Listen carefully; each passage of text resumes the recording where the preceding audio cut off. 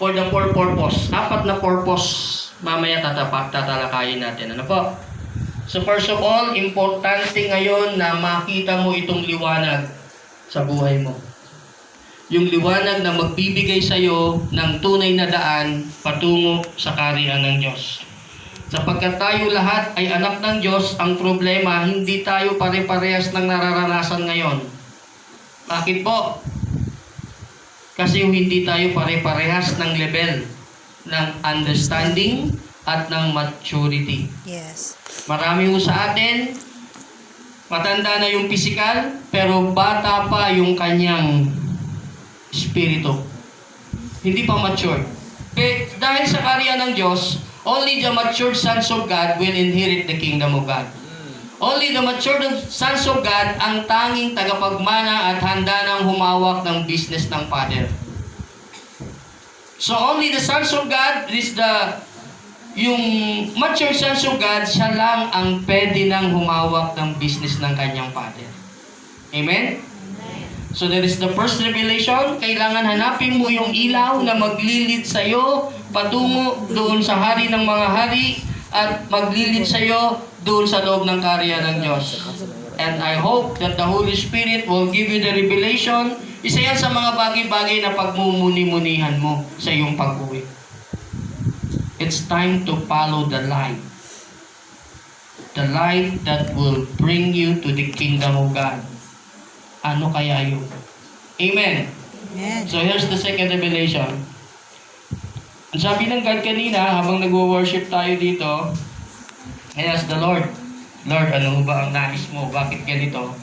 Bakit yung lugar, binagyo mo? Bakit pinatumba mo yung mga puno?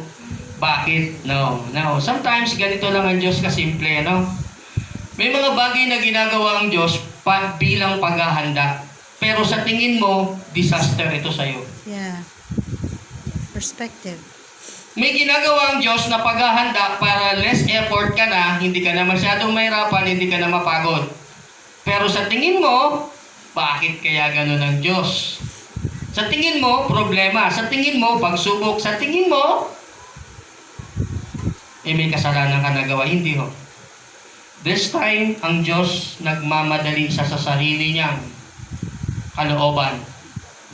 Gagawin ng Diyos ang anumang ikasisiya niya. Maging malungkot ka man, as long as na maging masaya siya, gagawin niya yon. Magalit man ang iba, as long as sa ikasisiya niya, gagawin niya yon. Kaya nga magalit man yung katabi mo, sa pagyaman na gagawin ng Diyos sa iyo, wala siyang magagawa. Magalit man ang mga kapitbahay mo sa'yo, pag pinagyaman ka, inangat ka ng Diyos, wala silang magagawa. Because it is the pleasure of the Father. Kasiyahan niyang iangat ang buhay mo. Amen? So maraming gagawin ng Diyos na labis niyang ikasisiya. At labis-labis din ninyong ikasisiya. Amen? Where's the revelation of the Lord? The revelation of the Lord to this place, sabi ng God, makinig kayo maigi. Ang lugar na ito na pinagtaniman ng Diyos ng buto ng mustasa ay unti-unti nang tumutubo. Unti-unti nang nagiging malaking puno. Yes. Unti-unti nang lumalaki ang mga sanga. Amen. Unti-unti nang lumalaki ang mga sanga at unti-unti nang nakikita ang puno. Unti-unting nakikita ang mga bunga at unti-unti na rin pupuntahan ng mga ibon at kakanlungan ng lugar na ito. Ang lugar na ito ay magiging kanlungan ng mga ibon. Hallelujah. Na kung saan doon sila magpupugad at bubuo ng pamilya. Would you imagine kung anong lugar yung pumapasok sa inyong kaisipan? Kung ano ang mga punong nakikita nyo dito ngayon, picturean nyo na. Dahil baka sabihin ninyo, 5 years from now, ang lugar na ito, mga puno lang ng nyog ang naririto at ganito lang. But from now, tingnan ninyo kung anong klaseng lugar na. Because the place will become the place of source. Bukal. Amen. Amen. This place will become the Rehoboth. Alam niyo Rehoboth? Nung si Jacob naghukay ng balon, kinuha sa kanya yon. Naghukay na naman ulit, kinuha sa kanya yon. But the last time na naghukay si Jacob is the Rehoboth. Source. The overflowing na balon na hindi napapawi ang laman sa loob pagkus patuloy na bumubukal ng bumubukal ng bumubukal. At doon si Jesus at ang Samaritan woman nag-usap. In that place, the Rehoboth ay dito magsisimula sa lugar ninyo. Yes. Oh, hallelujah. Ang sino mang makakainom, uuwi at pagsisigawan niya, napakasarap ng tubig doon sa Manito, sa Ulugan. Punta kayo. Punta kayo doon. At yung mga nakarinig, dahil natakam sila, pupunta sila rito. At uuwi rin silang sasabihin nila, totoong masarap ang tubig doon. Yes. Hallelujah. Dakilang Diyos, tapat siya. Isang bagay lang, gusto kong bigyan kayo ng pag-asa. Ang salita ng Diyos, hindi bumabalik sa Kanya ng kaparehas pa rin. Hindi babalik sa salita ng Diyos sa Kanyang salita nang walang naganap o nangyari. Yeah. Amen. Dahil ang Diyos ay tapat, pag nangako, gagawin niya at tutuparin niya. Kaya dapat maging excited ka sa gagawin ng Diyos sa buhay mo. Maging excited ka sa gagawin ng Diyos sa lugar na ito. Sapagkat ang lugar na ito, sabi ko sa inyo, picturean nyo na. Dahil baka hanapin ninyo ulit yung ganitong klaseng lugar, ay hindi nyo na makikita. Dahil nakaraan na lang siya. So ang lugar na ito ay lupang inirang at pinagpala na ng Diyos. Wala pa ho kayo dito. Pinagpala na ng Diyos ito. Kaya maswerte, mapalad yung mga taong papasok dito. Kayo yung mga ibon na papasok dito. Kayo yung mga ibon, yung mga pagod na, sawa na, hirap na, sugatan, dalhin nyo sila rito. Kapag dito, pagagalingin sila, hihilumin sila, palalakasin sila, at lalabas silang malakas. Yes. Kung ito ang mensahe ng Panginoon, napakadakila ng Diyos, napakabuti ng Diyos. Dahil pambihira. Pambihira ang Diyos. Imagine ninyo, I cannot contain, napakaraming gustong sabihin ng Diyos, pero baka hindi na tayo matapos. Pero yung pag-asa na ibibigay ko sa inyo, the year 2020, unti-unting magta-transform ang lugar na ito. At lahat ng mga naging tapat, naging masipag, naging mapupursige, naghintay at nagtiyaga, tanggapin mo yung gantimpala. Amen. Okay, our topic is about the kingdom adoption. Kingdom adoption means that you are now gained the right, privilege, responsibility of being a child of God.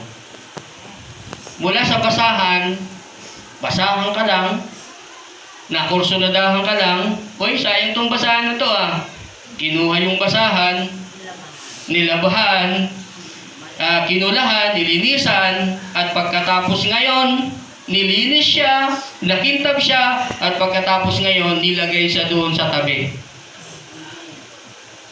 Alam niyo kung sino yung naghugas, naglinis, yung hari ng isang kaharian. Alam mo ba kung gaano kataas ang value mo pagka kahit di kay basahan, pero nasa tabi ka ng hari? Yes. Amen.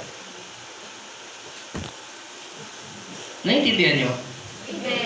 Yung buhay mo na walang kwenta, yung buhay mo na sa tingin ng tao sa iyo, patay gutom ka, kawawa ka, pulubi ka, dito na naman yan, Sakit na naman ng ulong taong yan.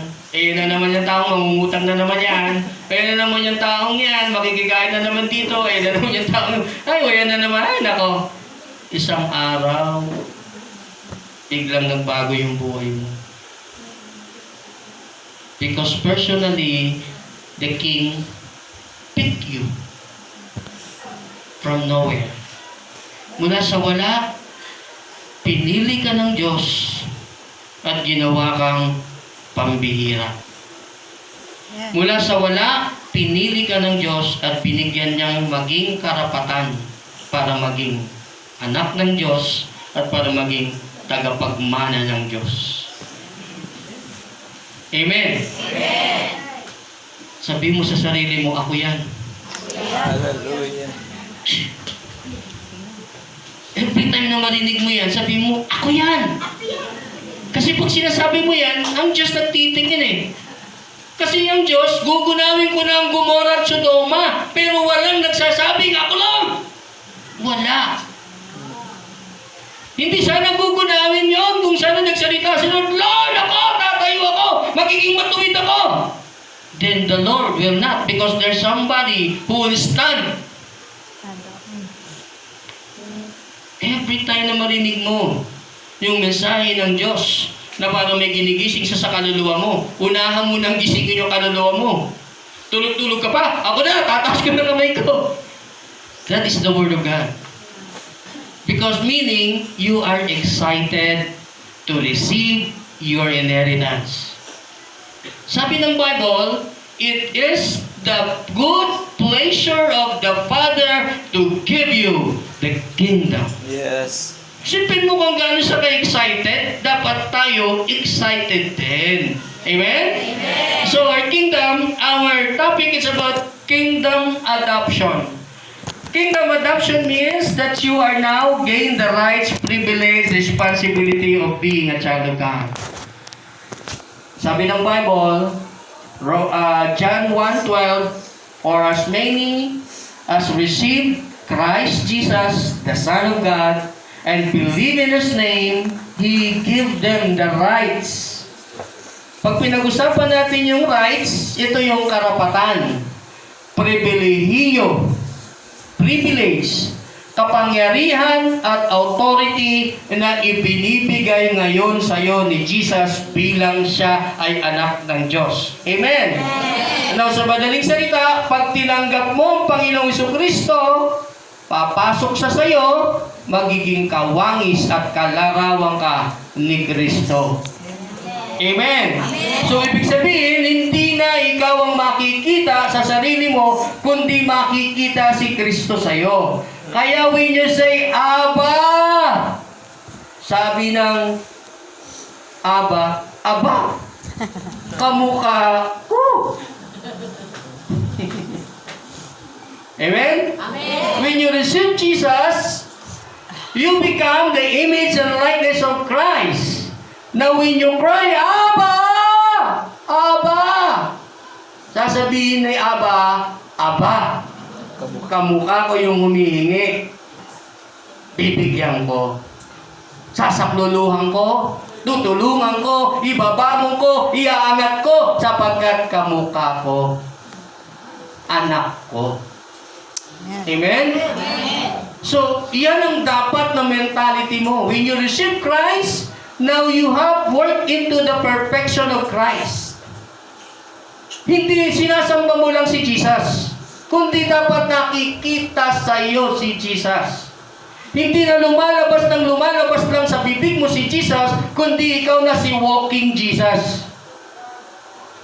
Amen? Kasi po maraming lumalabas sa bibig nila si Jesus, pero pag lumakad, hindi ka parehas ng paglakad ni Jesus. Magkaiba po yun. Even you worship God sa bunganga mo, pero hindi nakikita sa buhay mo, wala ka sa katuwiran, kaibigan. Sapagkat ang tunay na katuwiran, hindi nakikita sa salita, kundi nakikita sa klase ng kanyang pamumuhay. Yes. Tama. Amen. Amen. Kahit hindi ka nagsasalita, kumikilos ka, gumagalaw ka, kaparehas ng paggalaw ni Kristo, nakikita sa iyo si Kristo. Amen. Amen. So bakit po ba tayo kailangan ampunin? We are sons of God and daughters of God through Christ. Hindi natin binabaliwala si Jesus. At hindi natin pwedeng baliwalain si Jesus kapag si Jesus ang ating hormahan. Amen. Kung ako ay kudrado, papasok ako sa hormahan na si Jesus, ay magiging bilog ako. Paglabas ko, bilog na ako dahil yung hormahan ay bilog. Pero mula ako sa square. Kung ikaw ay triangle, ipapasok ka sa hormahan at paglabas mo, magiging bilog ka rin. So kahit anong ipasok doon sa hormahan, lalabas at lalabas ayon doon sa itsura ng hormahan. And sino ang hormahan? Si Jesus Christ. Jesus is the physical body, Christ is the Son of God. The child is Jesus, but the Son is Christ. Amen. Bakit ito tayo kailangan? Bakit ito tayo kailangan ampunin? Adoption. Bakit ito tayo kailangan ampunin? Here's the foundation. When God created Adam, hindi po kayo maigi ito yung pinaka-pundasyon. Kailangan sa lahat, maunawaan natin yung simula para maintindihan natin yung katapusan. Amen. Pag nagbabasa ng Biblia, kailangan maintindihan yung umpisa para maunawaan kung ano yung katapusan. And you know what? Kung alam mo yung umpisa, you are very excited sa katapusan. Bakit? Kasi alam mo yung umpisa. Ibig sabihin, naiintindihan mo kung saan patutungo ito. At you are being excited is because parang naiintindihan mo na, nako, doon papunta. Pero kung nagsimula ka sa gitna, at sa kalagitnaan ka na, gagawa ka na lang ng interpretasyon mo kung ano yung nangyari sa umpisa. Okay? So, importante yung umpisa. Napakapalad ninyo kasi hindi pa ako nare-reveal sa lahat ito, kayo pa lang. Lagi kayong una. Ewan ko kung bakit. Pinagpala talaga kayo. So, from the very beginning, Genesis 1:26, nilikha ng Diyos ang tao ayon sa kanyang wangis at kalarawan. Bakit to? Ang purpose talaga ng God, mula kay Adan, si Adan ang kauna-unahang image and likeness of God. So mula kay Adan, lalabas ang mga wangis at kalarawan ng Diyos. Bakit kailangan magmula kay Adan? Mula kay Adan, kinuha si Eve. Ang purpose lang ni Eve, to conceive the seed of Adam. Pakinuha kayo maigi Because Adam was the image and likeness of God, he has the seed of the Father. At ang pinaka-purpose ni Eve, kinuha sa kay Adan to conceive the seed of the Father from Adam. Amen. So, ang purpose nun, si Eva, ikukonceive niya yung similya ni Adan na galing sa Father yung image and likeness. Para si Eve at Adan ay maging producer ng sons of God. Pero bakit ito kailangan silang ipanganak? Si Adan hindi pinanganak. So wala siyang karapatan para maging tagapagmana. Oh, hallelujah. Hallelujah. Ang tanging tagapagmana ay yung lumabas lamang sa loob ng tiyan. Pinanganak ito. Because he has the birthright, he has the citizenship, and he has the sonship. So meron siyang birth certificate na lalabas na patunay na ito'y pinanganak dito sa bansang Pilipinas at ito ang kanyang mga magulang at ito ang kanilang ari-arian, ito ang siyang tagapagmana. Amen. So sa madaling salita, Adam failed. So yung seed, the uncorruptible seed, ay hindi nawala. Nanatili. Pero ang problema, hallelujah. Thank you po. Nakakasunod kayo? Yes. Amen. Very foundation po ito. Kaya dapat yung maunawaan ito. So mula kay Adam at Eve, nagkasala ang tao dahil kay ambisyosang si Eve. Naalala niyo yan? Oo, kasi yung tinukso siya eh. Sabi niya, magandang maging Diyos. Pag kinain mo yan, hindi naman kayo mamamatay eh. Magiging kapares kayo ng Diyos. Alam ng Diyos yan. Yung sabi ni Lucifer. Dahil sa ambisyosang si Eve, gusto niya maging Diyos, at hindi nasabi ni Adan, nakamukha na tayo ng Diyos. Kawangis na tayo ng Diyos. Kasi magsimula nung nilabas si Eve, wala nang ginawa si Adan, kundi, bone of my bone, flesh of my flesh, bone of my bone. Kaya kayong mga lalaki, wag ko kayong pa-attract doon sa bone and bone, bone, bone. Kailangan alam niyo yung identity ninyo. Bilang lalaki, kahit sulsulang kayo ng asawa nyo, kailangan ninyong mag-isip at manindigan sa kung ano ang tama at kung ano ang sinasabi ng Diyos sa inyo. Amen. At kayong mga babae, utang na loob, tumigil kayo sa kasusulsul sa asawa nyo. Baka yung asawa nyo, bone of my bone, flesh of my flesh, kinain na lang. Sinunod na lang kayo bigla without the proper understanding kung tama ba yung sinusulsul o sinasabi. Amen. Hindi ko sinasabing awayin niyo yung asawa ninyo. But lumagay tayo doon sa disenyo ng Diyos sa atin. Bilang mga lalaki, we are the head of the family.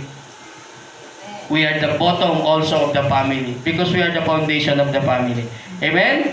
So, si Adam, ang pinaka-purpose ni Adam, he is the foundation of all generation.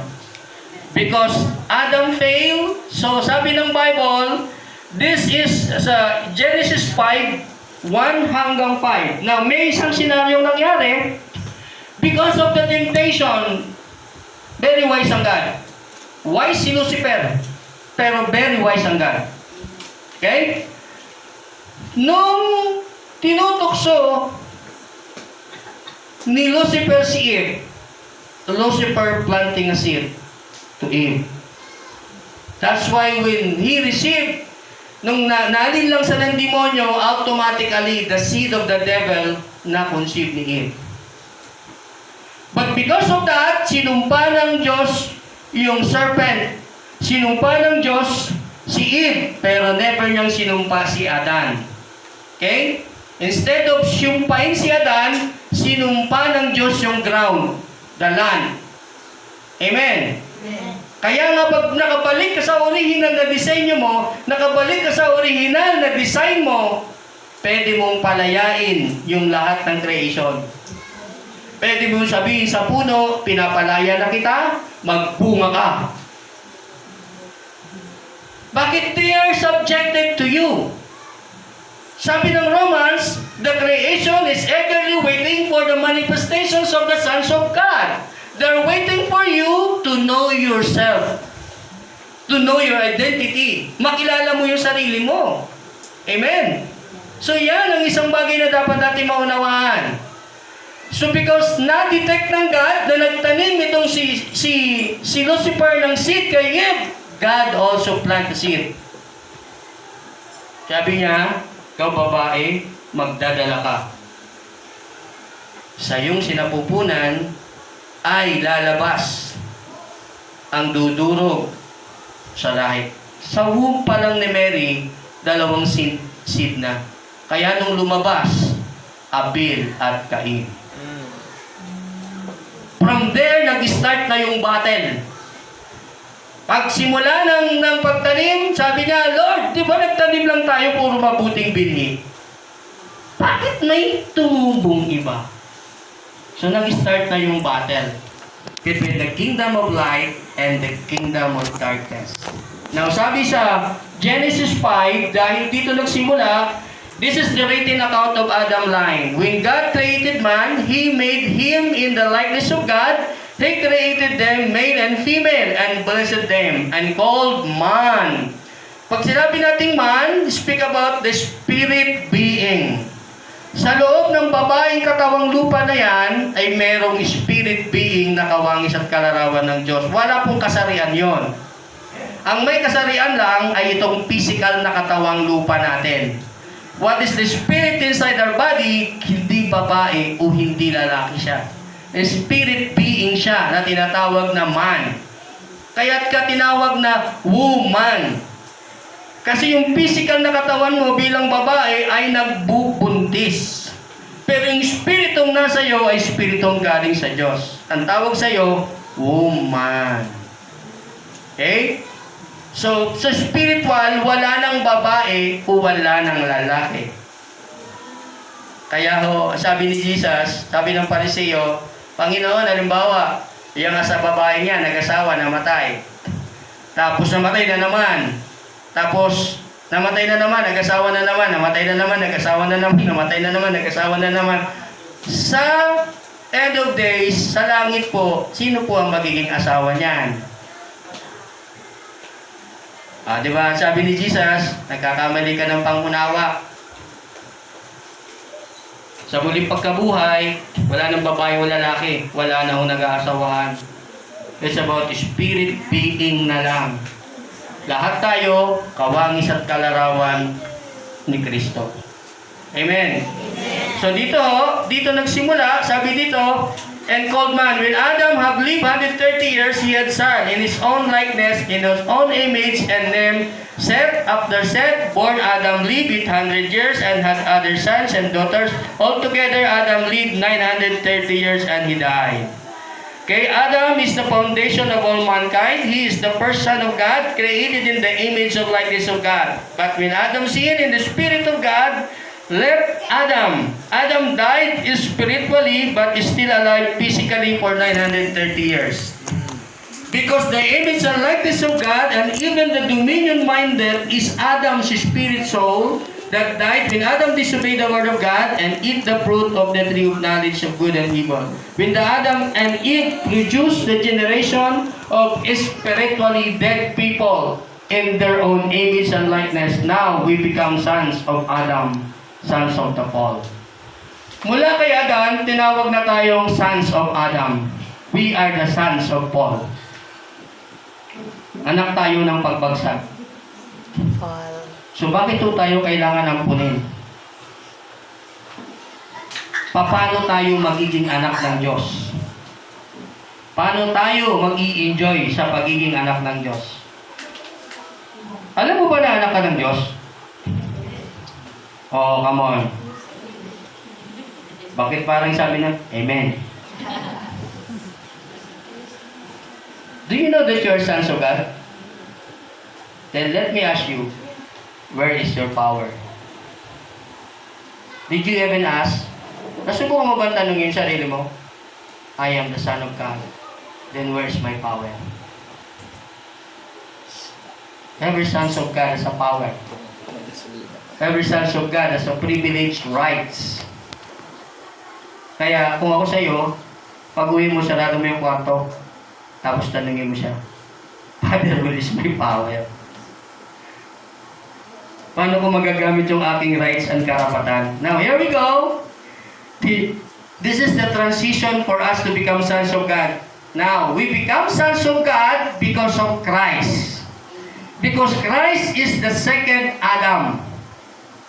He is the brother of Adam. Ibig sabihin, pag tayo inampon ni Jesus, because tayo'y mga pamangkin ni Jesus.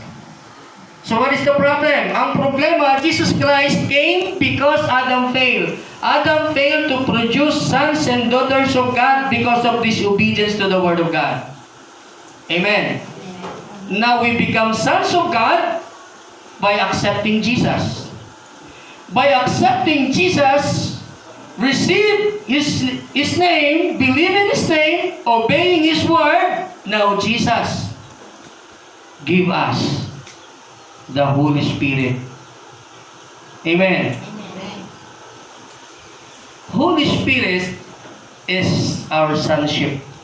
Because the Romans 8:14 says, if we are sons of God, we are led by the Holy Spirit.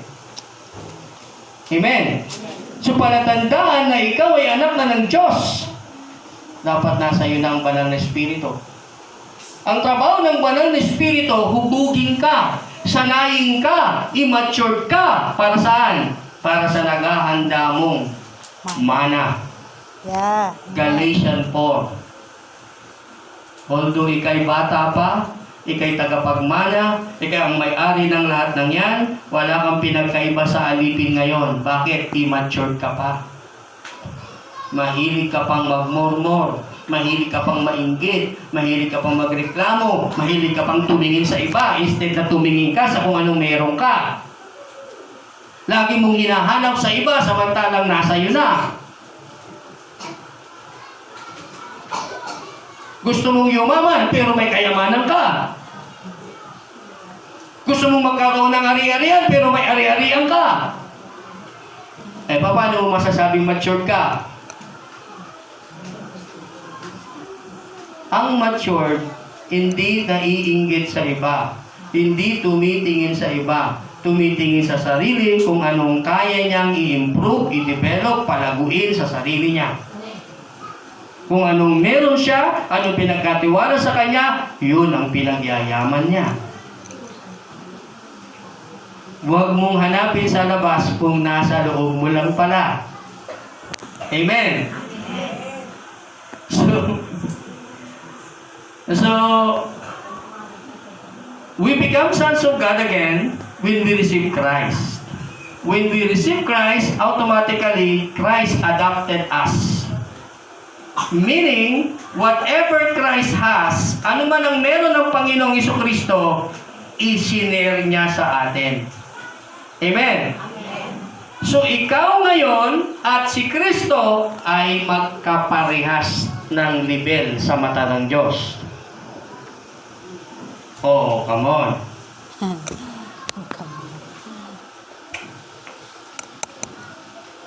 Pag nasa labas tayo, maraming babato sa akin. Bakit magkaparehas kayo ni Jesus? Oh, come on. Ang Bible lang nagsasabi. Sabi ng Romans 8:14, basahin nyo ninyo, if you are sons of God, you are heirs of God and co-heirs with Christ. Basahin nyo. Romans 8 verse 17. Yung pong tagapagmana ay magkaiba sa co-heirs. Pag sinabi natin co-heirs, co-equal with Christ. Yes. Pag sinabi yung joint heirs, magkahati tayo, parehas tayong tagapagmana. Walang malaki, walang maliit, kundi parehas tayong tagapagmana. Yes. Ay anong mahirap basahin? Anong mahirap basahin? Bakit ho? Kasi hanggang ngayon, nagiging alipin ang ating mentalidad. Kung maunawaan sana natin ang pagbaba ng Panginoong Jesucristo dito ay para maging kawangis at kalarawan niya tayo upang makita ng Diyos na lahat ng naglalakad dito sa mundo, kamukha at kawangis lang ni Kristo. If we are with one in Christ, whatever Christ has, you have. Kaya na ang problema? Yung mentality na iwan sa pagiging alipin. Sa palagay mo, ano ang mas gusto ni Kristo? Maging alipin ka niya o maging kapatid ka niya?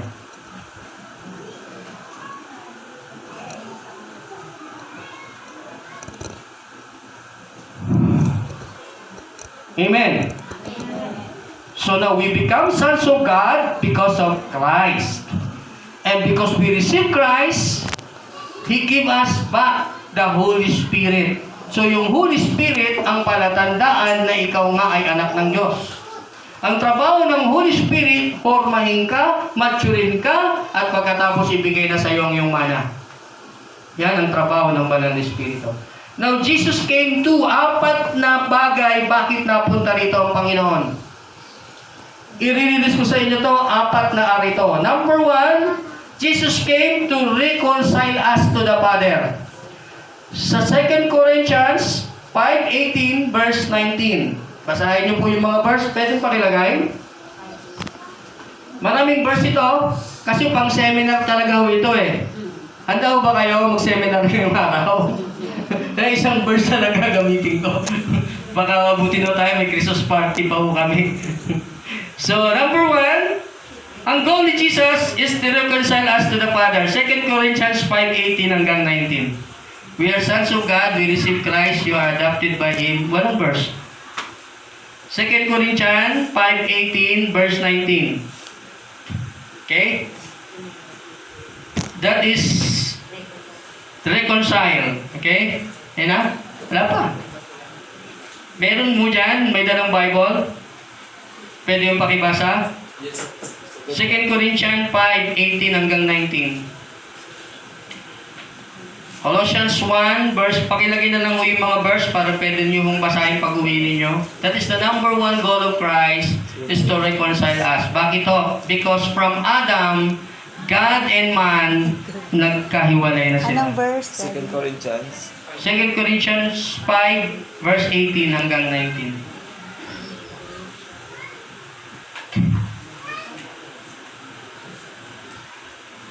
Okay, ang number one goal ni Jesus is first to reconcile us to the Father. Yan ang number one goal niya ng pagpaparito niya. Because mula kay Adan, ang relasyon natin sa Diyos ay naputol. Because of disobedience to Adam. So, 2 Corinthians, pakibasa po. 2 Corinthians 5:18. Ang Diyos ang gumawa ng lahat ng ito sa pamamagitan ni Kristo. Ibinilang niya akong kaibigan, di na kaaway. At hinirang niya ako upang panumbalikin sa Kanya ang mga tao. Okay? 19. 19. Ang ibig kong sabihin, ang tao ibinilang ng Diyos na Kanyang kaibigan sa pamamagitan ni Kristo. At nilimot na niya ang kanilang mga kasalanan at pinagkatiwala niya sa akin ang balitang ito. Amen. So, tingnan niyo po the number one goal ni Jesus is to reconcile us to the Father. At tayo dahil kay Kristo, itinuring na tayo ng Diyos na kanyang mga anak. Sa kingdom, ang kaibigan ay kapatid. Okay, para maunawaan ninyo, pag tinawag tayo, sabi ni Jesus, I will no longer call you servant. If you obey my teaching, I will call you friend.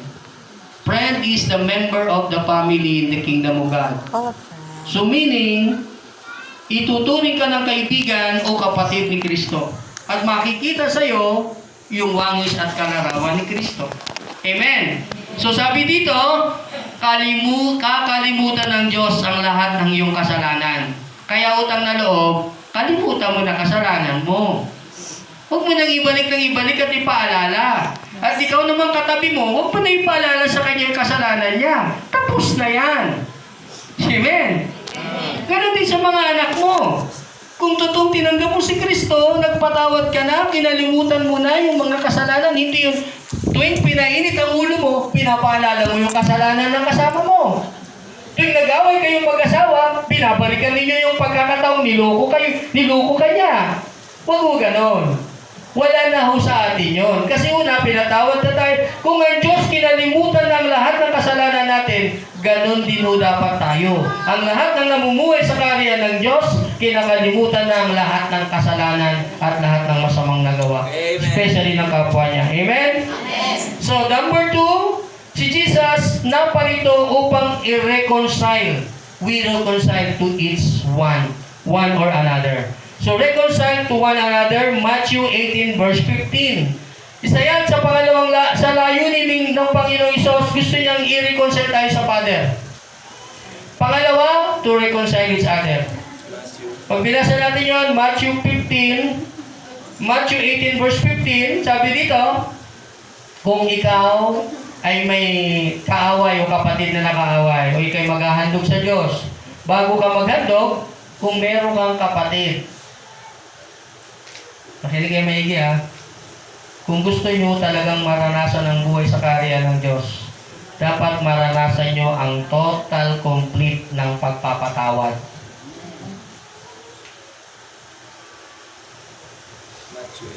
Gusto nyo maranasan talaga ang buhay sa loob ng karya ng Diyos? Dapat matuto muna kayong makipag-reconcile sa Diyos. And the only key to reconcile to God is repent. Amen.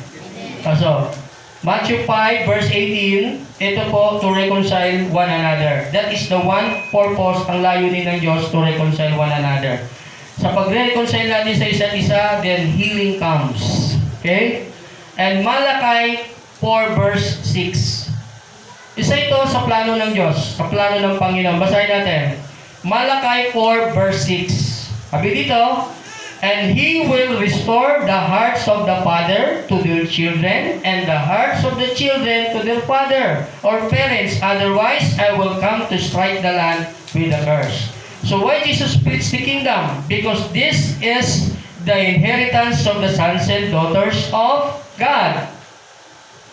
So ito dapat nyo maunawaan. Para maunawaan po ninyo, ang layunin ng Panginoon ay ibalik ang puso ng mga anak sa kanilang mga ama.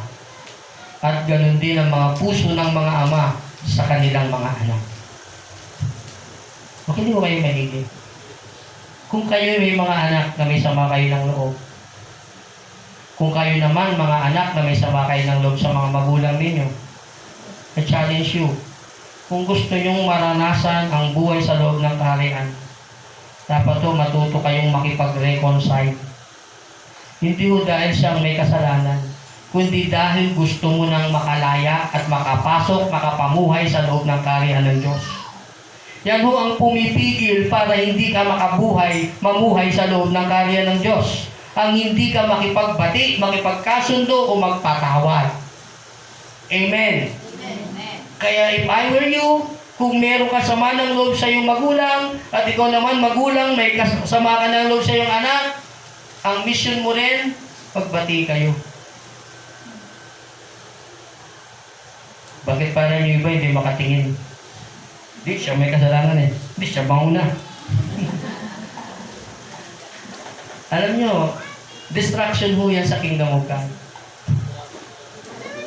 Pag naranasan niyo ho yan, unti-unti, ang sabi ng Bible, when you seek first the kingdom of God and His righteousness, all these things will be added unto you.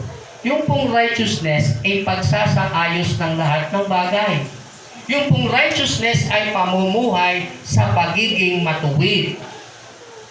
Kaya unti-unti mo nang aayusin yung buhay mo, yung isip mo, yung pagkatao mo, bago ka pa ayusin ng Diyos. Pumili ka, ayusin mo na yung sarili mo, ayusin ka ng Diyos. Habang may kalalagdan ka, pag ang Diyos ang nag-ayos sa'yo, baka hindi mo magustuhan. Mas maigi pa, Lord, ano po ang gusto nyong ayusin ko sa sarili ko? O di tutulungan ka pa ng Diyos, di ba? Anak, ayusin mo yung ugali mo, magaspang. Ay ditutulungan ka ng Diyos because ang layunin ni Kristo ay reconcile tayo, ganun din. Basta there is a reconciliation, God is watching with us. Amen? That's why ang binigay talaga sa ating ministry is the ministry of the reconciliation. Other than that, there is no ministry written in the Bible. Magbasa ho kayo. Ang ministry lang na meron sa Bible na nakasulat ay ministry of reconciliation. Because ito yung trabahong ginawa ni Jesus, i-reconcile us to the Father at iniwan niya sa atin yan. Kaya tayo as a sons of God and daughters of God, ang trabaho natin mag-reconcile ng tao. Una, i-reconcile natin sila sa Diyos. Mahal na mahal ka ng Diyos. Hindi kayo nakakalimutan, hindi niya pinababayaan, kaya lang ang tigas ng puso mo. Very simple. Amen? Amen. So that is the number one. Now, Matthew 25 verse 34, this is our inheritance. The key for reconciliation is repentance. Ang susi ng pagbabati ay pagsisisi. Paghingi ng tawad. That's why Jesus said, repent for the kingdom of God is at hand. Tandaan nyo maigi, ang mana ninyo ay galing sa Diyos. Pag hindi ka nakipagbati sa Diyos, yung mana mo, di mo makukuha. Amen? Amen. Kaya kung ako sa'yo, gusto mo na matanggap yung mana mo, makipagbati ka muna, katulad ng ginawa ng prodigal son. Sabi ng prodigal son, Father, nagkasala ako sa Diyos, nagkasala ako sa iyo. Okay? Patawarin mo ako, hindi na ako karapat-dapat na maging anak mo. Gawin mo na lang akong alipin. Pero sabi ng God, no. You will never be a servant because you are my son. Yes. Kahit kailan, hindi kita pwedeng ituring na alipin. Kahit sa dami ng kasalanan ginawa mo, hindi kita pwedeng ituring na alipin sapagkat anak kita at tagapagmana ka. Tanggapin mo, pilisan siya, suotan siya ng damit, suotan siya ng sandalyas at ibigay sa kanya ang kanyang robe, ang kanyang singsing at ipaghanda natin siya. Would you imagine gaano ka-excited ang Diyos sa iyong pagbabalik? Baka kasi nandun ka pa rin sa pintuan eh. Hindi ka pa rin pumapasok. Pasok na ba ako? Hindi pa. Pasok na ba ako? Hindi pa. It's time for us to repent. That is the number one goal ni Jesus. Bakit siya naparito? Is because reconciliation. Gusto niyang i-reconcile tayo sa Ama, as a Son and God. Ang muling pagbabalik ng puso ng mga anak sa kanilang mga magulang at mga magulang sa puso ng kanilang mga anak. Hindi posibleng maranasan yan dahil kami nararanasan namin yan. Ang makipagbati sa aming mga anak. Naranasan niyo yan? Only in the kingdom of God mararanasan niyo. Amen. Number 2, Jesus came to restoration. Number 2 is redemption. Okay? Number 1 is reconciliation. Number 2 is redemption. Redemption is God's genius, wise, brilliant idea. Hindi ho plano ng tao na i-redeem o iligtas ang tao, kundi yan ay talagang genius na plano ng Diyos.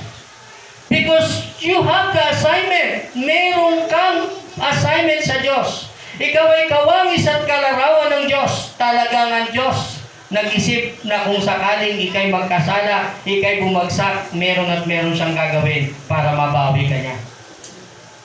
Ang tanong, anong dahilan bakit kailangan kanyang bawiin? Bakit si Lucifer hindi niya binawi? Bakit ikaw binawi niya? Tapos ang isip mo, mentality lang. Ang mentality mo lang, alipin ka lang. Okay? Redemption is God's genius, wise, brilliant idea and not idea of man. Ephesians 1 verse 7. Isang verse na ako gagamitin natin. Marami yung kasing verse ito eh. Okay? Ephesians 1 verse 7 po. Pastor, pakibasa. Ephesians 1 verse 7. Kaya, malapit na tayo matapos. Dito sa unang page. Redemption is God's genius, wise, brilliant idea, and not the idea of man. Ephesians 1 verse 7. Tinubos tayo ni Kristo sa pamamagitan ng kanyang kamatayan. At sa gayoy pinatawad na ang ating mga kasalanan. Gayon kadakila ang pag-ibig. Okay. Psalm 111 verse 9. This is the last one. Go. Bakit tayo kailangan tayo i-redeem ng Diyos? Psalm 111 verse 9. Verse 9. Okay. Kaligtas ay dulot ng mga hinirang. May pinangakong walang hanggang tipan, banal at dakila ang kanyang pangalan. Amen. For the sake of God, ililigtas niya tayo. Because why? Because nilagay niya sa atin yung kanyang image, nilagay niya sa atin yung kanyang likeness, nilagay niya sa atin yung kanyang espiritu, at binigay niya tayo ng mandate na let them have dominion. So para sa karangalan niya, para sa pangalan niya, ililigtas niya tayo. Kaya nga, bilang anak ka ng Diyos, na naghihirap ka, alam mo bang kahihiyan niya ng Diyos? Ang problema, bakit ka naghihirap? Because you don't know who you are. Akala mo talagang anak ka ng mahirap. Akala mo talagang mahirap ka. Bakit ho? Kasi yung saling lahi mo, sinabi sa'yo mahirap lang tayo at habang buhay tayo maging mahirap at mamamatay mahirap, lahat ng lahi natin mahirap. Kasi yun ang sinabi sa'yo. Ang walang nakapagsabi sa'yo na ikaw ay anak ng Diyos at may tagapagmana. Wala nagsabi sa'yo gano'n. Kaya sa buong buhay mo, hindi mo hinanap yung mana mo, hindi ka nagtanong sa Diyos, Diyos, anak mo pala ako. Asan ang mana ko?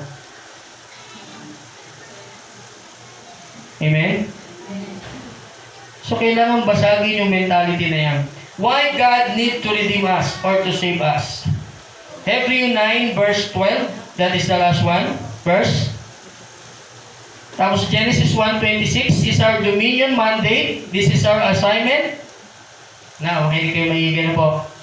Kailangan tayong iligtas ng Diyos. It is because we have the assignment.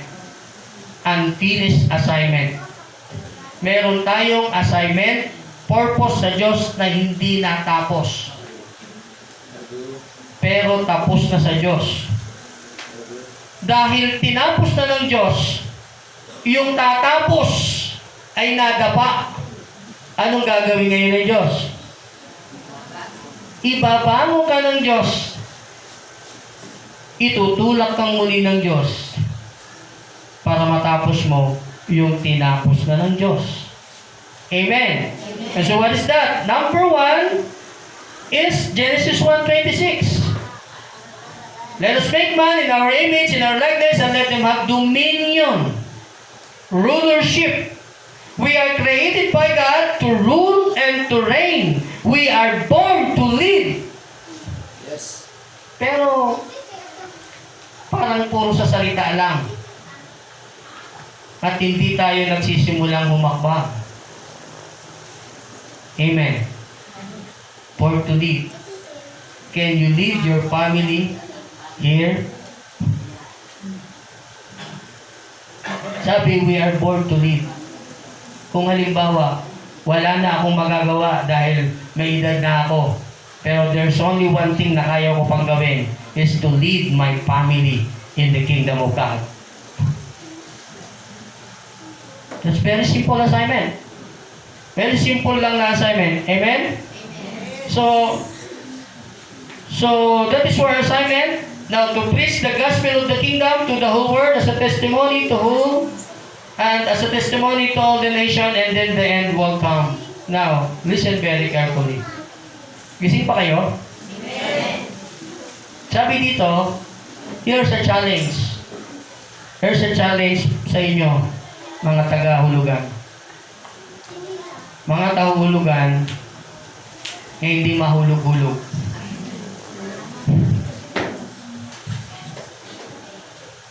Mga taga-hulugan na hindi mahulog-hulog at hindi mahuhulog at hindi ihuhulog. Amen. There's a challenge.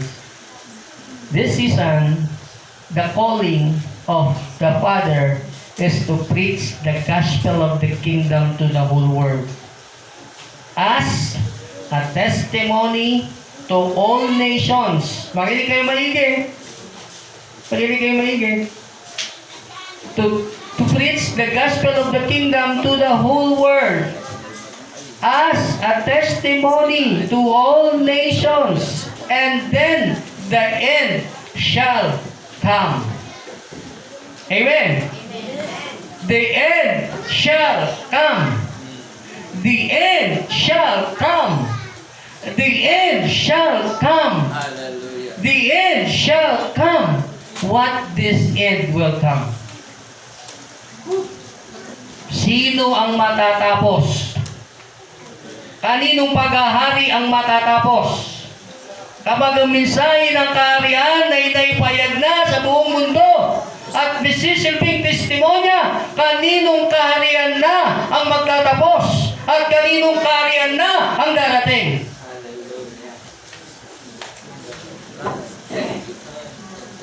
Not the end of the world, but it's the end of the kingdom of this world, because the kingdom of this world will become the kingdom of our Lord. Hallelujah. Yes. Pag na-preach na ho ang mensahe ng kaharian sa iba't ibang bansa, bilang testimonya na tayo'y manifestation ng kaharian ng Diyos, ang buhay ng kaharian ng Diyos, ang kaayusan sa kaharian ng Diyos, mga anak ng Diyos na nakabalik na sa kaharian ng Diyos, tapos na po ang demonyo. Ang paghahari ng demonyo ay tapos na. Sa makatuwid, ang naghahari sa mundong ito ay magiging kaharian na ng Panginoon. Bakit ho? Kasi akala ng iba, gugunawin ng mundo, mamamatay na tayong lahat, mararapture na lahat. Hindi ho. there is a bride who is waiting for his groom. Amen. And what is this bride? And what is the groom? The groom is the kingdom of God. And the bride is the prototype of the kingdom of God. Hallelujah. They will become one.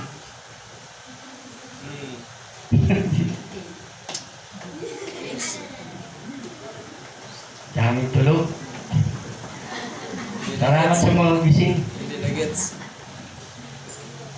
Kaya nga, mabigat to yung hamon sa inyo. Naghahanap po talaga ng mga leader na tatayo dito sa harap because your leader is chosen by God to preach the gospel of the kingdom to the whole world. Paano pag wala siya dito? Wala na akong pupunta rito. Yung iba ho, hindi na aatin dito. Eh, paano ho yun? Alay. Kung gusto natin makapagkaisa doon sa panawagan ng Diyos, let's stand up. I will be at your back. Ambassador, no, just go on. And I will stand for the glory of God and for the kingdom of God. So go and preach the gospel of the kingdom to the whole world. Paano kung mangyayari yun? Paano natin matatapos yung demonyo na sa simula pa lang, sinabi na ng Diyos, kayo ang tatapos sa kademonyuhan ng mga demonyo. Amen. Only the kingdom can fight against kingdom. Only the government can fight against government. Yes. No other. There's no one fisherman, there's no one evangelist, there's no one pastor, no. It's about the kingdom, it's about the government that in unity to fight the kingdom of the darkness. Amen. So hope naunawaan ninyo, napakaganda ng revelation na yan. Pag naunawaan ninyo yan, alam ninyo that this is the season na kailangan wag tayo tutulog-tulog. Eh, kasi sabihin mo sa katabi mo, sayang natulog ka, nandun na. Yung bride dumating na. Nakatulog ka. Eh, sinasabi ko eh. Di ba? Yung ilan ba yun? 5 virgin yun? 5? Ay, 10? 10. 5 matalino. Yung 5 gising. Yung 5 tulog. Dumating na yung bride. Wala ho. Yung revelation hindi ho nila natanggap. So, that is the revelation. This is the season. God is challenging you. He will prosper you. Walang duda. Ang manito, itong lugar ninyo, ay magiging very productive. Iba-ibang kulay ang nakita ko. Iba-ibang tao ang nakita ko na pumupunta rito sa lugar nito. At lahat makakapagbigay kayo ng hanap buhay sa iba't ibang klaseng tao. Yung mga walang hanap buhay, magkakaroon ng hanap buhay. Yung pamilya na sila, aayos ang pamilya. Pero sabi ng Diyos, sino ang tatayo?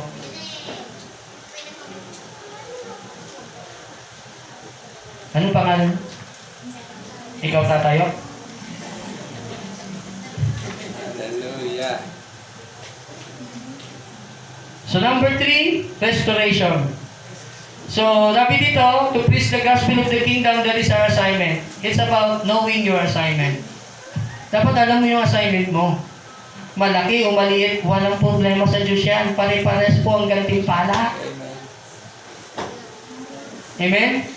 Yung nagdilig, nag-cultivate, yung nagbantay, pare-pares na silang gantimpala. Yung nga tinawag ng umagi, tinawag ng tangali, tinawag ng hapon, tinawag ng huli na eh. Pare-pares sila ng gantimpala eh. So bakit natin kailangan makipag-compete? Bakit natin kailangan, laki naman ng trabaho ko, ako wala akong trabaho, ito lang. Who cares? Pari-parihas ng gantimpala, ang pinakamahalaga, ikay nagsisilbi. Amen? Amen. Dahil sa karya ng Diyos, ang hindi marunong magsilbi, ang hindi nagsisilbi, walang silbi. Anong ginagawa? Kinukuha, ginagapos at tinatapon. Amen? Okay, alam niyo na ha? So number 3 is restoration. Ito yung dahilan kung bakit napunta si Jesus. Dito patapos daw tayo. Restoration, what Adam lost, Jesus brought it back. And what is that? The dominion mandate. Dominion over all the earth. Yan ang nawala kay Adam. Yan ang binalik sa atin ni Jesus. If we are now inside the kingdom of God, we have the privileges to enjoy the right privileges and the power of God. Amen. Ang tanong, meron ba talagang kapangyarihan na kahirapan sa iyo? O masyado mo lang minamahal yung kahirapan?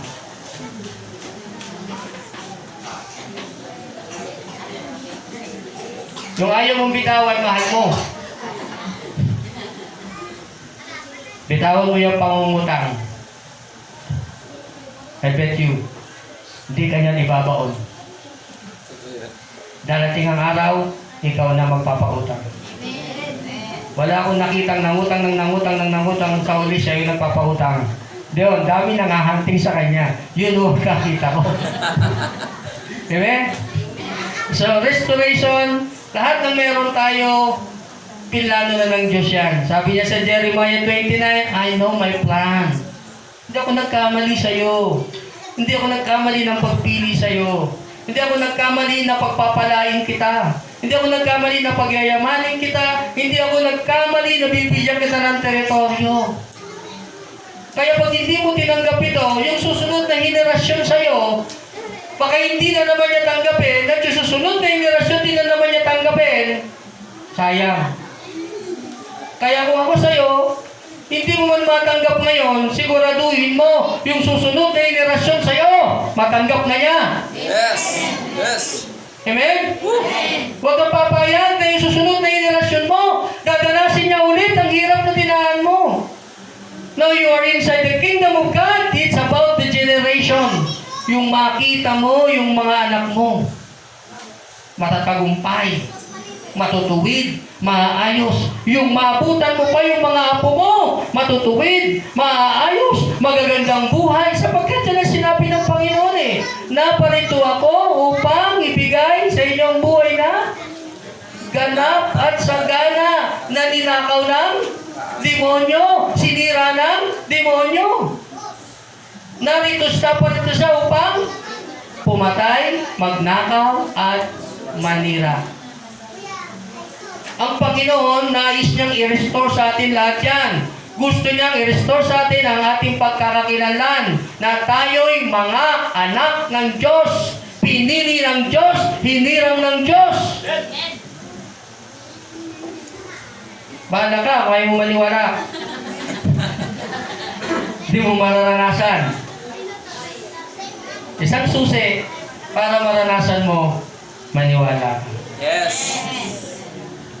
Amen? Amen. Pag nagsimula kang maniwala sa ayaw at sa gusto mo, unti-unti mong mararanasan ang kalwalhatian ng Diyos. Amen. That's all. Ika'y hinahamon ng Diyos. Seek first the kingdom of God, and I will prove to you. Wala ka ng patutunayan. Ang Diyos ang may patutunayan sa iyo. O Lord, I seek your kingdom. I study the message of the kingdom. Ay ito ngayon ako, nagpapakaputi, nagpapakatino, nagtsatsaga, nagpupursige. Now, it's your time. Sabi sa akin ng Panginoon kanina, nung lumakad ako doon, it's showtime. Hallelujah. Tinignan ko lang naman yung lahat mga sa paligid. Ang sabi ng Panginoon is showtime. Tinignan ko kung alas 12, wala pa naman. Amen? Kapag nakatakdang maraming ibalik ang Diyos sa iyo, mga ninakaw ng kaaway, kinurap ng kaaway, sinira ng kaaway ang iyong kaisipan, ngayon ibabalik ng Diyos ang iyong kaisipan bilang anak. Kaya if I were you, kapag iwahiwalay natin, pag uwiwi natin, start asking the Father. Hindi pa huli yung lahat. Hindi pa huli ang lahat. Hindi pa tapos ang Diyos sa buhay mo. Amen? So number 4, the last one. So, i-recap ko lang. Number 1, to reconcile us to the Father. Reconciliation. Number 2, redemption of God. It is the idea of God. Number 3, restoration. Number 4, reconnection. Pakibasa nga yung Romans 8:12 hanggang 17. Tapos dito na ako tayo magtatapos. Actually, napakahaba po nito. Pero dito ko na ako puputulin. I think this is enough. Pang seminar ho kasi ito. The power of the sonship. And then dito ho tayo. Romans. Romans 8:12 hanggang 17 po. This is the last. Romans 8:12 hanggang 17. Okay? Romans 8 verse 12. Mga kapatid, hindi na tayo alipin ng likas ng hilig ng laman, kaya hindi na tayo dapat mamuhay ayon sa laman. Sapagkat mamamatay tayo kung namumuhay tayo sa laman, ngunit kung pinapatay ninyo sa pamamagitan ng Espiritu Santo ang mga gawa ng laman, mabubuhay kayo. Ang lahat ng pinapatunayan ng Espiritu ng Diyos ay mga anak ng Diyos. Sapagkat hindi tayo tumanggap ng Espiritu ng pag-alipin upang muling matakot, at tinanggap ninyo ay Espiritu ng pagiging anak. At ito ang nagbibigay sa atin ng karapatan tumawag ng Ama ko. Ang Espiritu nga ang nagpapatotoo, kasama ng ating Espiritu na tayo'y mga anak ng Diyos. At siyamang mga anak, tayo'y mga tagapagmana ng Diyos at kasamang tagapagmana ni Kristo, sapagkat kung tayo'y nakipagtiis sa Kanya, tayo'y dadakilain din kasama niya. Verse 18. 17 lang. Okay. So, malinaw na malinaw. Napakalinaw, kahit basahin nyo yan, ulit-ulitin nyo, i-meditate nyo yan, pero isang bagay na dapat natin maunawaan. Jesus came to reconnect us once again to the Father. In the Garden of Eden, God created man in the same image